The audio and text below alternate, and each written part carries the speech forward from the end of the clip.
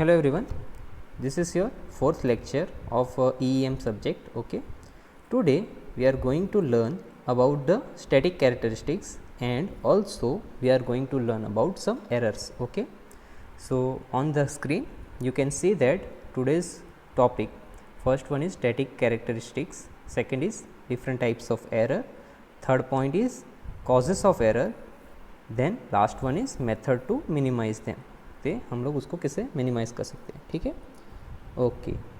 यहाँ पे आपको दो कॉन्सेप्ट मैप दिख रहे हैं. ठीक है, पहला मैप किसके लिए है? कैरेक्टरिस्टिक्स के लिए. फर्स्ट ऑफ ऑल कैरेक्टरिस्टिक्स हमको क्यों सीखना है? कैरेक्टरिस्टिक्स सीखने से हमको क्या पता चलता है कि कोई एक इंस्ट्रूमेंट है तो वो अच्छे से रीडिंग ले रहा है कि नहीं, उसके आउटपुट में एरर है कि नहीं, ये सब चीज़ें अगर आपको पता करनी है तो उसके कैरेक्टरिस्टिक्स आपको जानने चाहिए.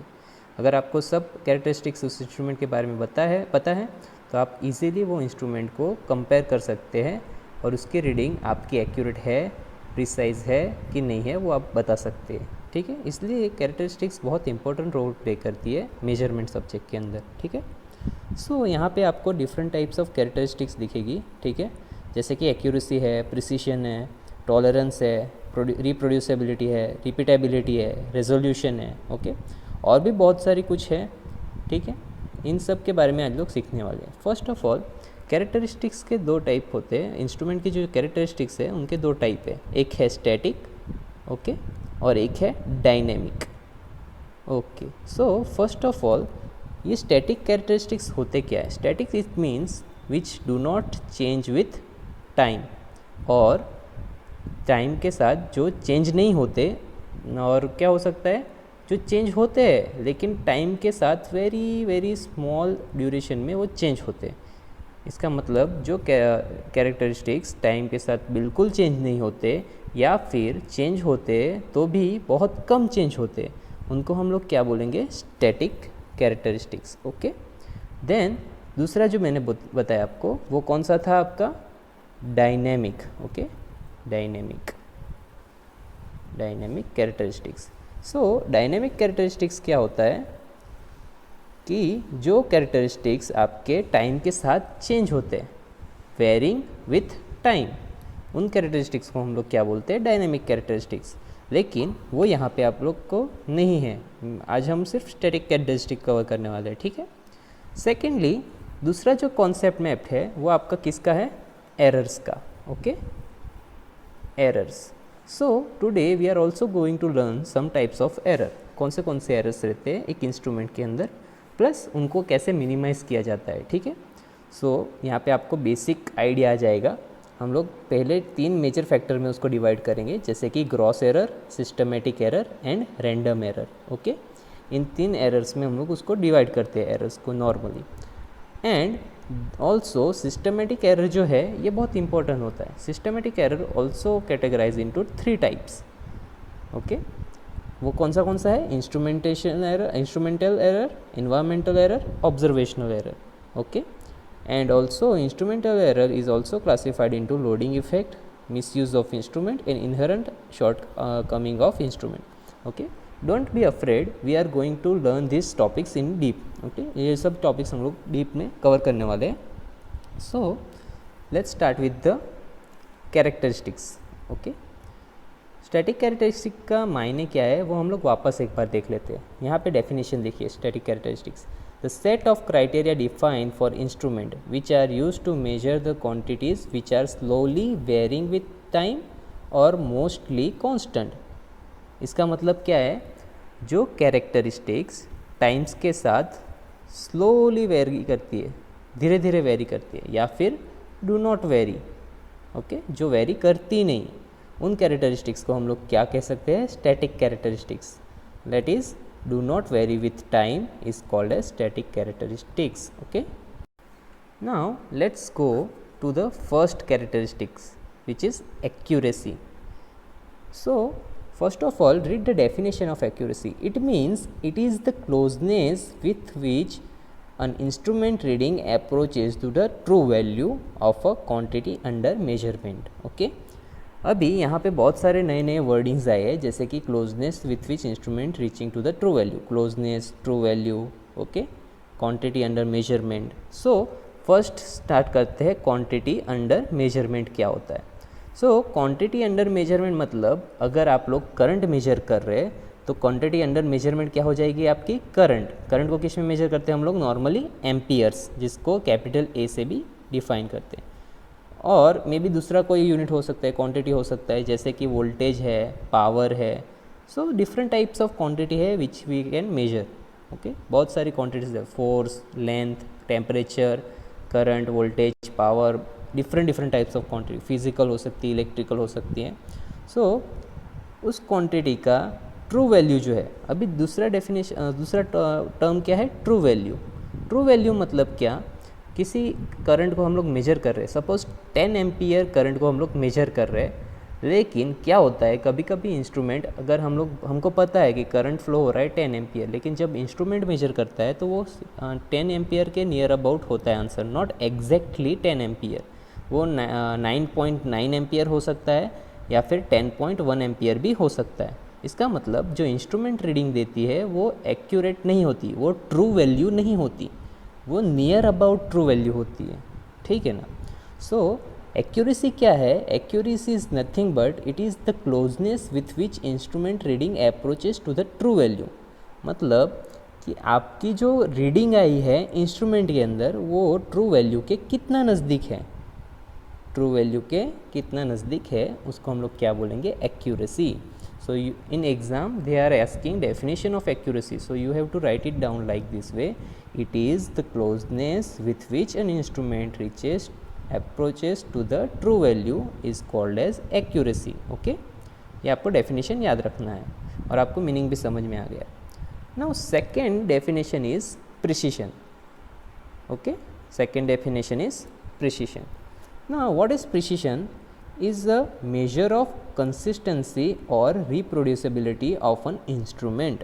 Okay, consistency और reproducibility का मतलब क्या है, अगर आप इंस्ट्रूमेंट से एक रीडिंग बार बार मेजर कर रहे हो, ठीक है, एक ही रीडिंग, अगर करंट है तो उसको अगर आप बार बार मेजर करते हो तो हर बार उसका आंसर क्या आना चाहिए, सेम आना चाहिए। मतलब अगर आप लोग हर बार 10 एम्पियर करंट मेजर कर रहे हो, है कि नहीं, तो उसका आंसर हर बार 10 एम्पियर ही आना चाहिए।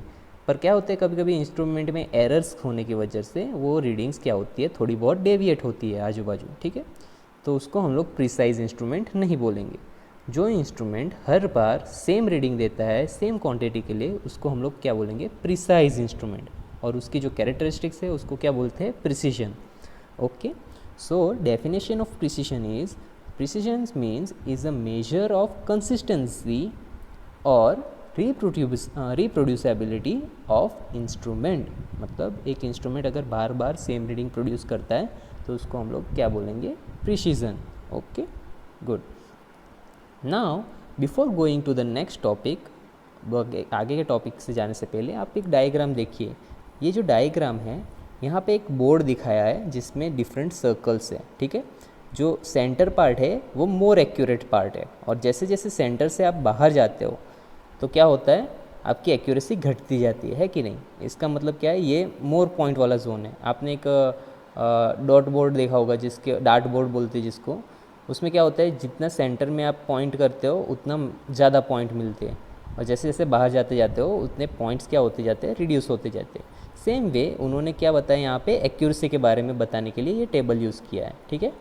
सो अगर पॉइंट्स सेंटर में आ रहे हैं तो वो एक्यूरेट इंस्ट्रूमेंट है, और पॉइंट अगर बाहर जा रहे हैं तो वो लेस एक्यूरेट इंस्ट्रूमेंट है।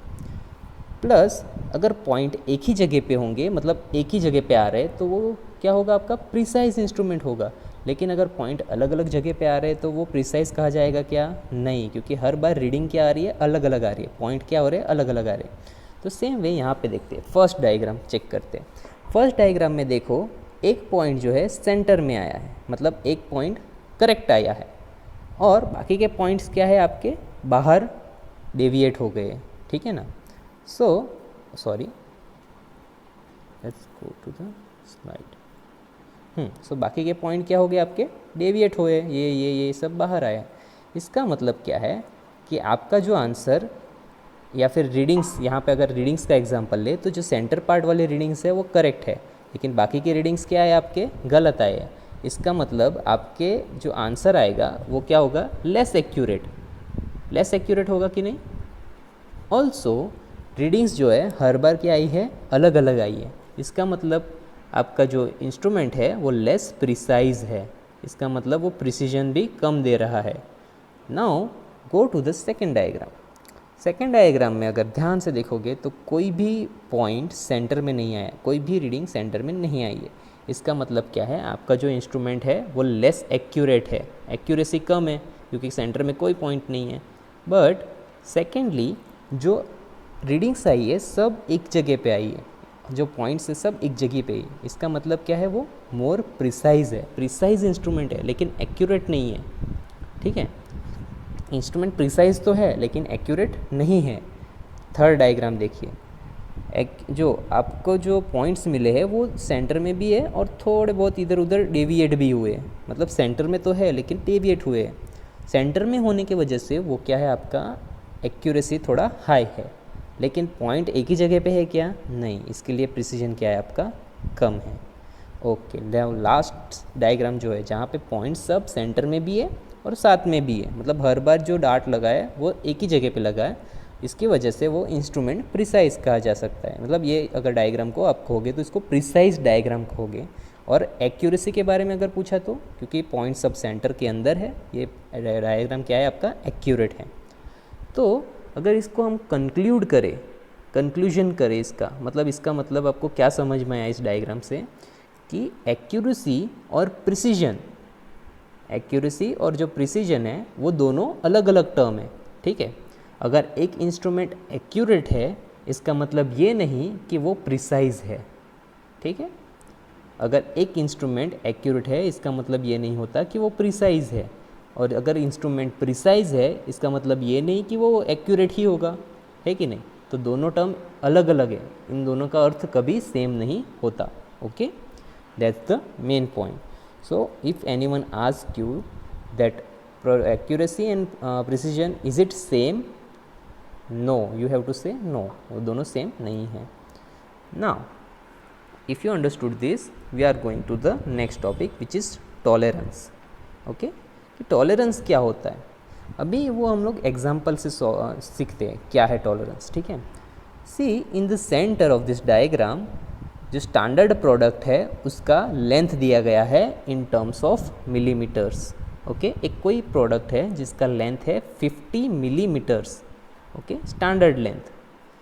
Okay, now that length we are measuring with some instrument, suppose say vernier caliper length, we can measure it by scale also.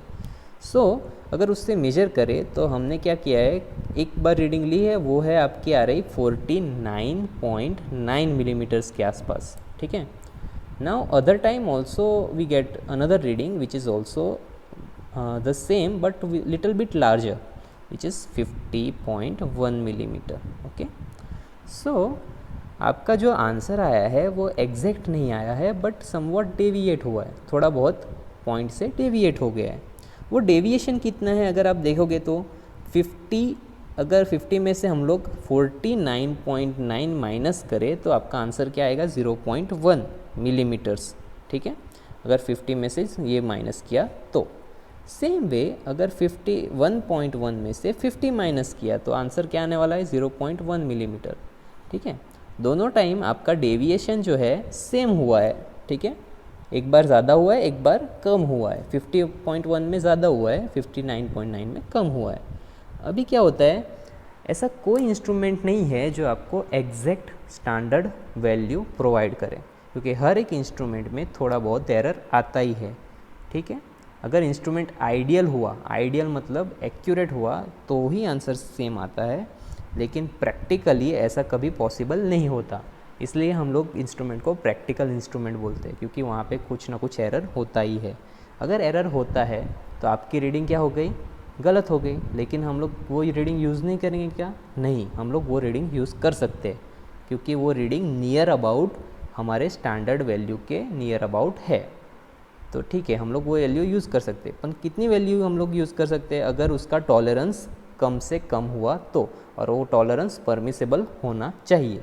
अगर उतना परमिसेबल टॉलरेंस है तो तो वो रीडिंग हम लोग एक्यूरेट रीडिंग मान के उसको आगे यूज़ कर सकते हैं, ठीक है।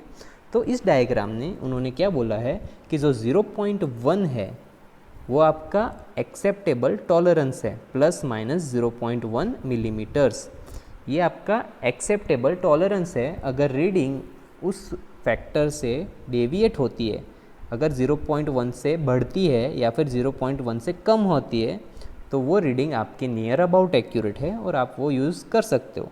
लेकिन सपोज़ अगर वो लेंथ उससे भी ज़्यादा एक्सटेंड कर गई, सपोज़ 50.5 मिलीमीटर्स, ठीक है, तो क्या होगा? अगर 50.5 मिलीमीटर्स है मतलब आपका डेविएशन कितना है? 0.5 मिलीमीटर्स का डेविएशन आया। अभी 0.5 आपका 0.1 से ज़्यादा है, इसका मतलब वो टॉलरेबल है क्या? नहीं है। इसका मतलब आपका जो आंसर है is not accurate, not near about accurate, उससे भी ज़्यादा डेविएट हुआ है, इसलिए वो आंसर एक्यूरेट नहीं है और वो हम लोग आगे की कैलकुलेशन के लिए यूज़ नहीं कर सकते, ठीक है। Okay, now let's go to the next point. Okay, तो आपको ये समझ में आ गया होगा टॉलरेंस क्या होता है। एंड ऑल्सो हम लोग डेफिनेशन डिस्कस नहीं किए, उसका डेफिनेशन क्या है?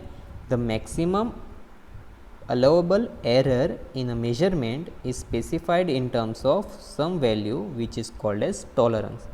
मतलब जो मैक्सिमम एलो करते हैं हम लोग एरर को, एरर भी हम लोग यूज़ कर रहे हैं, लेकिन वो किसा मैक्सिमम एरर एलो कर रहे हैं, वो रीडिंग हमने पहले से ही बता दी है। ऐसा नहीं है कि उससे ज़्यादा चलेगा उससे कम चलेगा, एक वैल्यू दी है, उसके अंदर अगर एरर आता है तो ठीक है, हम लोग यूज़ कर सकते हैं। Okay, now let's talk about the fourth point, resolution। okay, what is resolution? Resolution is the smallest change in the change in the measured variable to which instrument will respond। okay, now take an example of an ammeter with the analog scale। analog scale मतलब क्या? ऐसे points रहेंगे, उसके ऊपर एक pointer move करता रहता है। सपोज़ ये 1 है, ये 2 है, ठीक है। 1 और 2 के बीच में मैंने कितने डिवीजन लिखा है? 1 2 3 4 डिविजन्स है। इसका मतलब अगर पॉइंटर 1 और 2 के बीच में हुआ तो वो कौन सी वैल्यू मेजर करेगा? 1 मेजर करेगा, 1.1 मेजर 1.2 मेजर करेगा, 1.4 मेजर करेगा, ठीक है। My mistake, let's go back, हमने डायग्राम थोड़ा रॉन्ग ड्रॉ किया था, लेट्स करेक्ट इट। ओके, सो एक स्केल है जिसमें 1 और 2 के बीच में 5 डिविजन्स है, 1 से लेके 2, और पॉइंटर हमारा यहाँ पे है। तो वो जो रीडिंग्स लेगा वो कौन सी होगा? 1, 1.2 ले सकता है, 1.4 ले सकता है, 1.6 ले सकता है, 1.8 ले सकता है और 2 ले सकता है, ठीक है। इससे ज़्यादा रीडिंग आप ले सकते हो क्या एनालॉग स्क्रीन के ऊपर? नहीं। लेकिन सपोज़ इसकी जगह अगर वो डिजिटल इंस्ट्रूमेंट होता जिसके ऊपर स्क्रीन रहती है, ठीक है, अगर वो डिजिटल इंस्ट्रूमेंट रहा तो क्या होता है? एक डिजिटल स्क्रीन रहती है जिसके ऊपर आपको डायरेक्टली वैल्यूज़ पता चलती है, 1.112।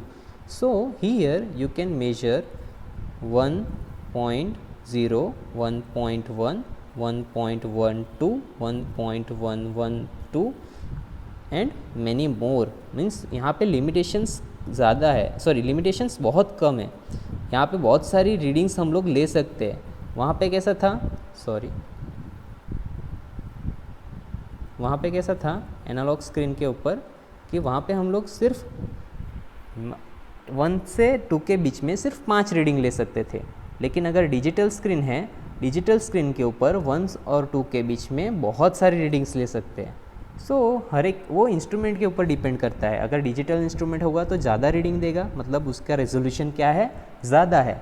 और अगर एनालॉग इंस्ट्रूमेंट है तो उसका रेजोल्यूशन क्या होता है? कम होता है, ठीक है। एनालॉग इंस्ट्रूमेंट में क्या होता है? पॉइंटर रहता है, पॉइंटर स्केल के ऊपर वैल्यू डिफाइन करता है, इसकी वजह से उसका रेजोल्यूशन कम रहता है। अगर आपको अभी भी समझ नहीं आया तो नीचे एक एग्जांपल दिया है, वो देखते हैं। फॉर अ डिजिटल मल्टीमीटर, कौन सा इंस्ट्रूमेंट है? डिजिटल टाइप, मतलब एक स्क्रीन रहेगा, स्क्रीन के ऊपर आपको डायरेक्टली आंसर दिखता है। वो कौन सा है? मल्टीमीटर है। उससे हम लोग 300 वोल्ट, रेंज कितनी है उसकी? 300 volt. and if it indicates 299.9 volt, that means it can detect smallest value of 0.1. अभी अगर वो इंस्ट्रूमेंट दिखा रहा है आपको रीडिंग 299.9, इसका मतलब क्या है, वो कितना रेजोल्यूशन दिखा सकता है, 0.1 का रेजोल्यूशन दिखा सकता है। नेक्स्ट रीडिंग क्या है आपकी 300.0। अगर उससे कम रीडिंग ले तो अगर क्या आ सकती है आपके 298.9, और उससे कम क्या आएगी 298.8। ऐसे करते करते हम लोग एक पॉइंट से रिड्यूस कर सकते हैं वैल्यू। इसका मतलब उसका जो रेजोल्यूशन क्या है 0.1 आएगा। ठीक है, तो रेजोल्यूशन क्या होता है, smallest change in the measured value. अगर हम लोग जो वैल्यू मेजर करता है उसको उसमें कितना स्मॉल चेंजेस हम लोग डिटेक्ट कर सकते हैं, उसको क्या बोलेंगे हम लोग, रेजोल्यूशन बोलेंगे, smallest change in measured value. Okay, next, now here we are going to learn about two another terms which are reproducibility and repeatability. Okay, दोनों नियर अबाउट सेम टर्म्स है बट नॉट एग्जैक्टली सेम, दोनों में बहुत सारा फ़र्क है। ठीक है, so first let's see about the reproducibility क्या होता है। इट मीन्स, अगर आप डेफिनेशन देखोगे रिप्रोड्यूसिबिलिटी का, it is defined as the degree of closeness with which a given value may be repeatedly measured. मतलब एक वैल्यू अगर आप मेजर कर रहे हो तो उसमें अगर अलग अलग टाइम, मतलब मल्टीपल टाइम आप में वो रीडिंग ले रहे हो अलग अलग इंस्ट्रूमेंट से, तो आपका रीडिंग सेम आना चाहिए, तो उसको आप क्या बोलोगे, रिप्रोड्यूसेबल। सेम वे अगर रिपीटेबिलिटी का डेफिनेशन देखोगे side by side, it is nothing but it is defined as a measure of closeness with which a given instrument may be measured over and over again. अभी देखो definition near about दोनों का same लग रहा है, but difference क्या है वो नेक्स्ट स्टेटमेंट में पता चलेगा। इसका मतलब क्या है, वो क्या बोलना चाहते हैं कि अगर एक रीडिंग ले रहे हैं हमको मल्टीपल टाइम्स, मतलब एक ही चीज़ मेजर करना है, 10 एम्पियर करंट ही मेजर करना है, वो हम लोग कितनी बार मेजर करते हैं, बहुत बार मेजर कर रहे हैं, और हर बार रीडिंग क्या आ रही है, नियर अबाउट सेम आ रही है। इसका मतलब रीडिंग क्या हो रही है, रिप्रोड्यूस हो रही है। तो अभी उन दोनों में फ़र्क क्या है फिर डेफिनेशंस में, तो देखते हैं next statement. Reproducibility describes the closeness of output reading for a same input when there are change in method of measurement. मतलब क्या कि अगर आप रीडिंग सेम ला रहे हो हर बार, लेकिन इंस्ट्रूमेंट चेंज हो रहे हैं और इन्वायरमेंटल कंडीशंस चेंज हो रही है, या फिर टाइम चेंज हो रहा है, मतलब अलग अलग टाइम पे अलग अलग इन्वायरमेंट में अलग अलग इंस्ट्रूमेंट से अगर रीडिंग ले रहे हो, सेम रीडिंग मतलब 10 एम्पियर ही मेजर कर रहे हो, लेकिन अलग अलग इंस्ट्रूमेंट के साथ अलग अलग कंडीशन के अंदर, तो आंसर अगर सेम आ रहा है उसको क्या बोलोगे आप, reproducible answer. Okay, reproducible instrument.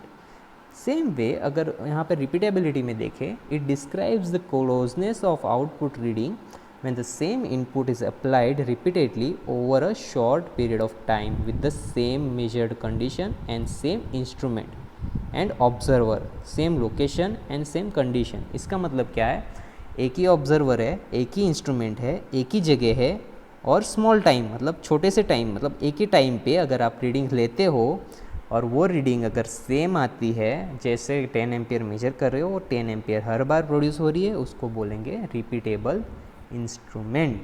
Okay, so small difference but there is a difference. Okay, तो आपको डिफरेंस समझ में आ गया होगा। Let's talk about next point. If a meter is use to measure 10 ampere current in a certain experiment and a meter shows 10 ampere reading of 10 ampere and then another meter is used to measure current of 10 ampere by another experimenter and if it shows 10 ampere। okay, इसका मतलब क्या है, एक observer आया, एक experimental आया, उसने एक रीडिंग ली 10 एम्पियर की। ठीक है, नेक्स्ट टाइम क्या आया, एक दूसरा ऑब्जर्वर या फिर एक्सपेरिमेंटल आया, उसने क्या किया, एक दूसरा इंस्ट्रूमेंट लिया और वही 10 एम्पियर को मेजर किया, तो उसकी भी रीडिंग क्या आई, 10 ampere I. then we can say that the difference of instrument can be reproduced and output value for the same input which is nothing but reproducibility। मतलब क्या, दो पर्सन थे, दो इंस्ट्रूमेंट लेके आए, अलग अलग टाइम पे एक्सपेरिमेंट परफॉर्म किया और सेम वैल्यू मेजर की, दोनों का आंसर सेम आया, इसका मतलब वो इंस्ट्रूमेंट कौन सा है, रिप्रोड्यूसेबल इंस्ट्रूमेंट। अगर यहाँ पे देखें तो फॉर अ सिंगल फेज 3 उन्होंने एग्जांपल लिया है 230 वोल्ट एक सिंगल फेज सिस्टम का. If voltage measure is 230 volt in the first attempt, in the second attempt it is measure is 229, third attempt में कितना आया answer 231. This indicate that for a true value 230 volt same volt meter gives repeated readings near to the true value. This is called repeatability. मतलब क्या है, एक instrument लिया, एक ही value को 230 वोल्ट की वैल्यू को मेजर किया, लेकिन हर बार आंसर क्या आया, थोड़ा थोड़ा अलग आया. पहले टाइम पे 229 आया, नेक्स्ट टाइम 230 आया, नेक्स्ट टाइम 231 आया. इसका मतलब क्या है कि 230 मेजर करते टाइम आंसर थोड़ा डेविएट हुआ, नियर अबाउट सेम आया ट्रू वैल्यू के नियर अबाउट. ट्रू वैल्यू यहाँ पे कौन सी है 230 is a true value. So इसको हम लोग क्या बोलेंगे, रिपीटेबल इंस्ट्रूमेंट या फिर repeatability of the instrument. Okay, so in this topic we only covered about the characteristics. जो भी कैरेक्टरिस्टिक्स हैं वही हमने कवर किए. ओके, सो ये पार्ट 1 है और पार्ट 2 के अंदर हम लोग क्या करेंगे, ऑल द एरर्स जो है सिस्टम के अंदर वो कवर करने वाले. See on this page the errors which are we are going to discuss we are will take in the next session part 2. Okay, part 2 के अंदर वो कवर करते हैं, क्योंकि इसके जो टाइम लिमिट है वो ज़्यादा, उसको जो टाइम लगने वाला है वो बहुत ज़्यादा है. ठीक है, इसलिए हम लोग उस नेक्स्ट सेशन में लेंगे. Now one important thing I have to tell you, with every lecture I will try to attach one Google form in which we have discussed some questions. आप सबको वो क्वेश्चंस अटेम्प्ट करने हैं. वो कहाँ पे मिलेंगे आपको, डिस्क्रिप्शन सेक्शन में मिलेंगे, जहाँ पे एक लिंक होगी. वो लिंक को आप ब्राउज़र में ओपन कीजिए और वहाँ पे कुछ क्वेश्चंस मिलेंगे आपको, मल्टीपल चॉइस क्वेश्चंस, उसको अटेम्प्ट करो. और वो जो मार्क्स आपके आएंगे वो मार्क्स मैं कहाँ पे यूज़ करूँगा, आपके जो टर्म वर्क रहता है वहाँ पे मैं वो मार्क्स यूज़ करूँगा. ठीक है, क्योंकि जो मार्क्स रहेंगे वो बहुत इंपॉर्टेंट रहेंगे.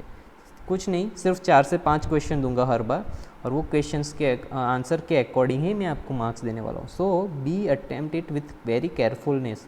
ओके, उनको जो अटेम्प्ट करते टाइम आप थोड़ा क्वेश्चन को ध्यान से पढ़ो, आंसर देखो, आंसर दो, क्योंकि वो आपके इंटरनल असेसमेंट में काम आएंगे. ठीक है, थैंक यू वेरी मच.